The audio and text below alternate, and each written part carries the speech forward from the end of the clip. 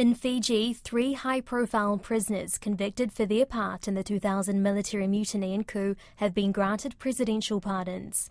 Fiji President Ratu Williame Katonavere granted clemency for Naitasiri High Chief Ratu Inoke Takivakata, Timothy Silatolu and Yosefa Nata at Government House in Suva on Tuesday. Ratu Inoke was convicted in 2011 for inciting mutiny at the Queen Elizabeth Barracks in 2000, while Mr. Silatolu and Mr. Nata were convicted of treason for their parts in the coup that followed. Kuroi Hawkins spoke with John Frankel, an expert on Melanesian politics at the Victoria University of Wellington, who was living in Fiji when the mutiny and coup broke out.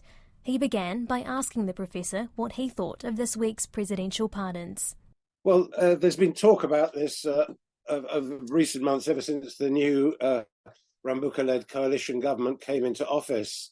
Talk about releasing George Speight, the coup leader from 2000, but also these 3 prominent figures from the 2000 coup. Ratu Inoke Takivakata is a Naitasiri High Chief who was found guilty of inciting the mutiny on November the 2nd, 2000. This was a mutiny at the Queen Elizabeth Barracks. I lived very close to that. There was all hell broke loose on that day, and Bainimarama, the military commander, escaped across the cassava patch very famously. So that was a major disruption in Fiji. The other 2, Timothy Silatolu is an interesting fellow. He was actually a Fijian Association Party Member of Parliament.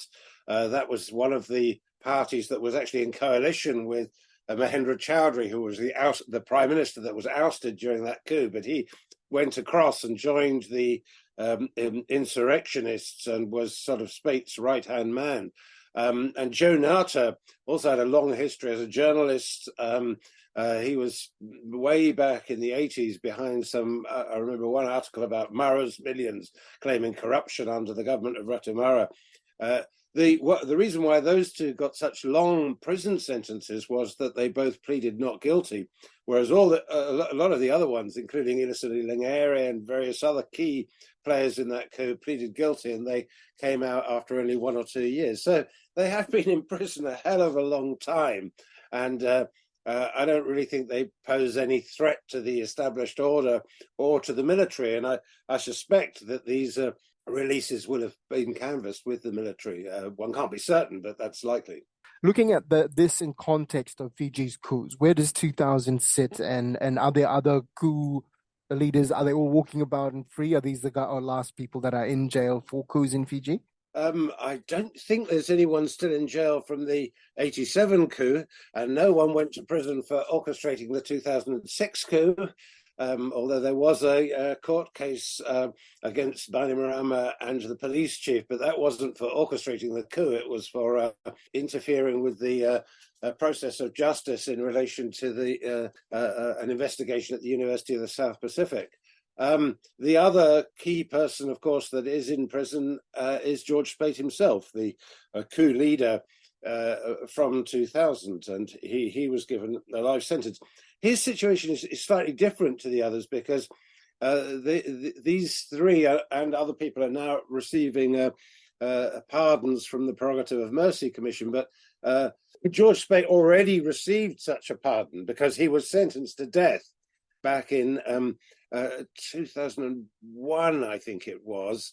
I was in court on that day when the judge put the handkerchief on his head and pronounced the death sentence for George Speight, which was quite a kind of shocking kind of moment. And very shortly after that, he was pardoned and sent to prison rather than sentenced to death. So the argument about George Speight has been that, look, he's already had a pardon from the Prerogative of Mercy Commission, therefore he can't receive a second pardon. And the military have made clear that they're not keen on his release. And of course, for the military, George Speight is hugely symbolic. He's the military defined itself by its suppression of the 2000 coup and the mutiny that we already mentioned in November. So it's very important symbolically for the military to remember that experience.